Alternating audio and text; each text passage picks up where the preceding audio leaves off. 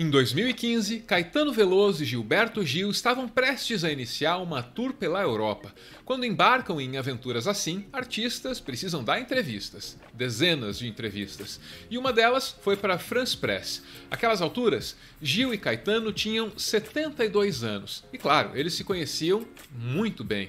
Os entrevistadores, no entanto, talvez não soubessem tanto assim a respeito deles. A equipe da France Press se surpreendeu ao descobrir que Gil e Caetano são opostos em quase tudo. E por isso, deram a essa entrevista que você está vendo o título Gilberto Gil e Caetano Veloso, o Yin e o Yang da MPB.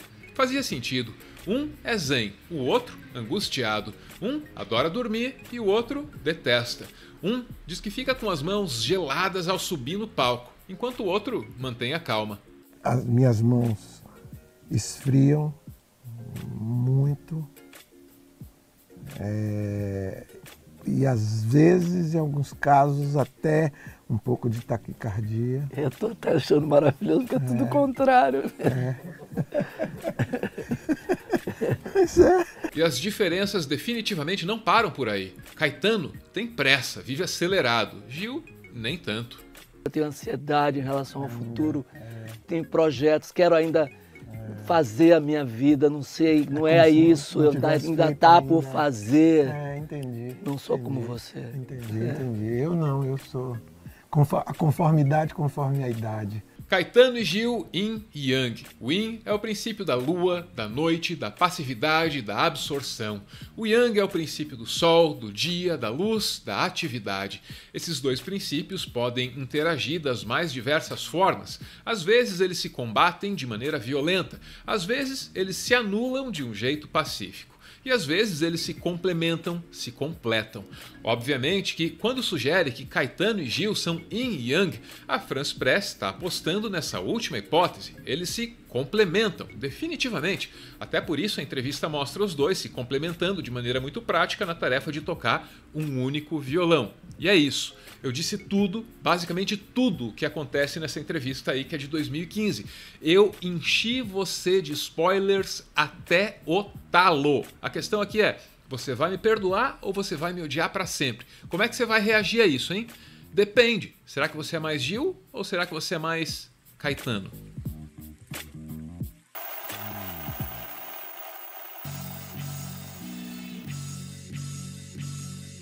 Gil e Caetano chegam esse ano de 2020 fazendo valer toda essa história aí de Yin e Yang. Um parece que buscou refúgio no futuro, enquanto o outro parece estar exilado no passado. Faz sentido, porque é 2020, no presente mesmo, ninguém quer ficar. Esse é Gil durante a pandemia, conversando com a filha Bela. O papo aqui é sobre as nossas chances de virarmos ciborgues, sobre os triunfos da tecnologia que ainda virão, sobre singularidade. A flora, a fauna. Eu acredito que o avanço tecnológico, o avanço não biológico do ser humano continua sendo humano. Evidentemente. Né? Não é produto de tudo que ele pensou, sonhou, imaginou, inventou. Exatamente. Esse é Caetano. Aqui ele participa de uma mesa na Flip, a Festa Literária de Paraty. A participação é à distância, porque pandemia 2020. Nessa conversa com o filósofo Paul Preciado, ele fala do passado. É que o Caetano está lançando Narciso em Férias, que é sobre a memória dele a respeito da ditadura militar. Como não me disseram por que eu estava sendo preso, não me fizeram perguntas a respeito de possíveis ilegalidades que eu tivesse cometido. E eu fiquei numa solitária, como se minha vida não existisse. Como se, depois de alguns dias, sem ninguém falar comigo, sem eu ver ninguém, deitado no chão, então me sentia como se a minha vida tivesse sido sempre aquilo. E que todo o resto de que eu me lembrava tivesse sido um sonho, ou tivesse sido imaginação minha. Tá, não é por nada não, mas esse relato aí parece muito com o de alguém trancado em casa durante a pandemia. Mas o que importa aqui é que durante essa participação na Flip, Caetano, quase que sem querer, conta pra gente como ele e Gil lidam com spoilers. De novo, Yin e Yang. Caetano vai ao cinema, quer ver o filme ele mesmo. Gil, nem tanto. Ele prefere que o Caetano conte pra ele o que acontece nos filmes.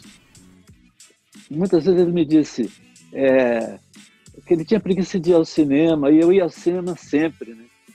E muitas vezes eu contava filmes a ele, e às vezes eu contava com tanto entusiasmo que ele fazia um esforço e ia ao cinema ver. E depois me dizia: poxa, Caetano, mas você contando é muito mais interessante do que o filme. Caetano talvez se irritasse com spoilers, mas Gil não. Você ouviu aí, pra ele o filme fica até mais interessante quando lhe é contado por alguém próximo.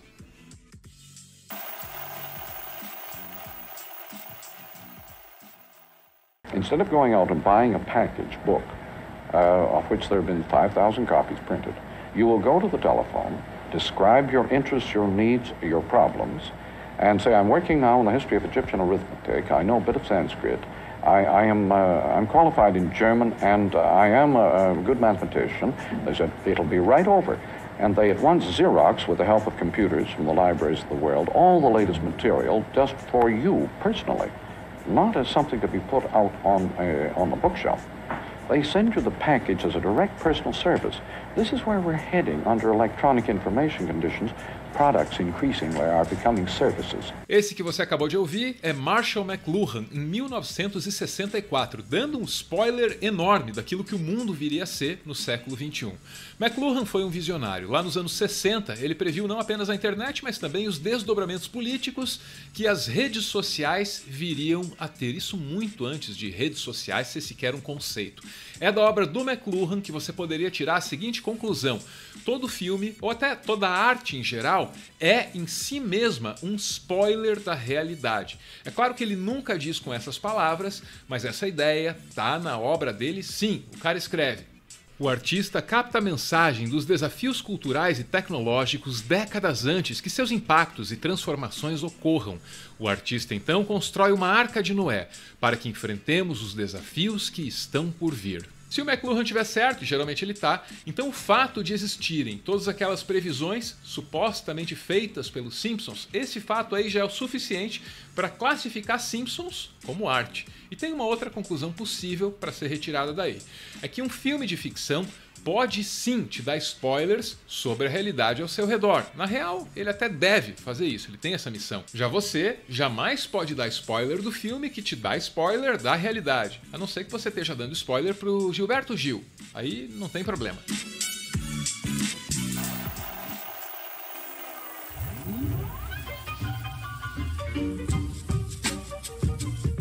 Um spoiler é uma informação que destrói ou diminui a qualidade da sua experiência diante de uma obra de ficção. Dito assim, parece um conceito fácil de assimilar, só que não é. Spoiler não é yin ou yang, 8 ou 80, sim ou não.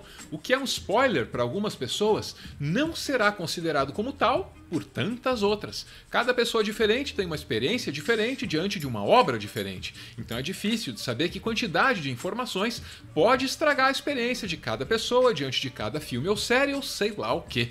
Para quem fala de cultura na internet, o spoiler é uma corda bamba na qual é difícil se equilibrar. Uma pesquisa da Wired, realizada em 2014, dá uma boa medida disso. Esse aqui pode muito bem ser o maior levantamento já realizado sobre o tema, pelo menos que eu conheço. Aqui você descobre que 25% dos entrevistados são como Gilberto Gil, eles não ligam para spoilers. Aí 27% dizem que o spoiler de fato estraga toda a experiência, e outros 47% dizem que estraga a experiência sim, só que em alguma medida. A mesma pesquisa mostra que, para 78% do público, spoilers são temporários. Significa que você só não pode dar spoiler do filme que é lançamento, mas 21% do público considera o spoiler como eterno. Então, se você me contar que o Darth Vader é pai do Luke, é spoiler sim. E aqui a coisa começa a ficar complicada. Se tá permitido dar spoiler de coisa velha, então quanto tempo depois do lançamento do filme ou da série é lícito soltar spoiler? Não existe consenso, mas 10% dos entrevistados acham que a resposta é nunca, não pode dar spoiler nem de filme do Charlie Chaplin.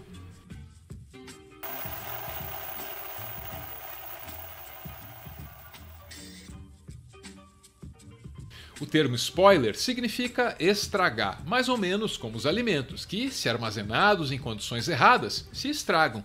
Acontece que alguns alimentos estragam com muito mais facilidade que outros. A caixa de ovos se estraga com muito mais facilidade que o pote de mel. Da mesma forma, algumas obras podem ser estragadas com mais facilidade que outras. Um filme de terror, em que a graça está no susto que você toma diante da tela, é muito mais fácil de estragar. Uma informaçãozinha a mais significa um pulo da cadeira a menos. Documentários talvez nem possam ser totalmente estragados, afinal de contas, eles não são feitos só para surpreender, mas também para informar.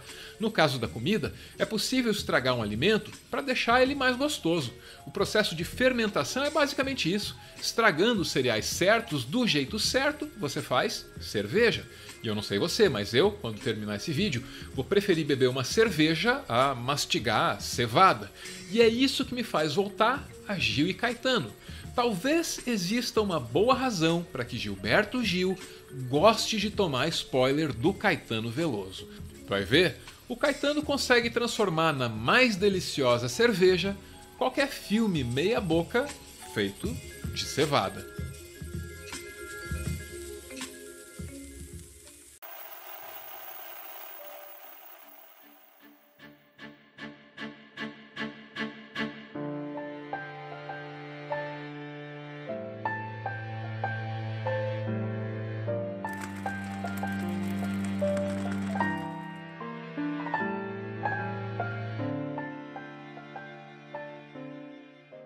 Muito obrigado por ver esse vídeo até o final. O Meteoro é mantido graças a uma campanha de financiamento coletivo. Quem participa aparece aqui no finalzinho para receber o nosso agradecimento. Hoje a gente está vendo aí o Maurício, artista plástico, professor de História da Arte. Ele envia para a gente uma mensagem em defesa da cultura, da educação, coisas fundamentais para que o povo possa fazer melhores escolhas e não se deixar iludir por ditadores e fake news. Quero agradecer todas as coisas gentis que vieram escritas aí no e-mail do Maurício. Muito obrigado, Maurício. Tamo junto. Valeu!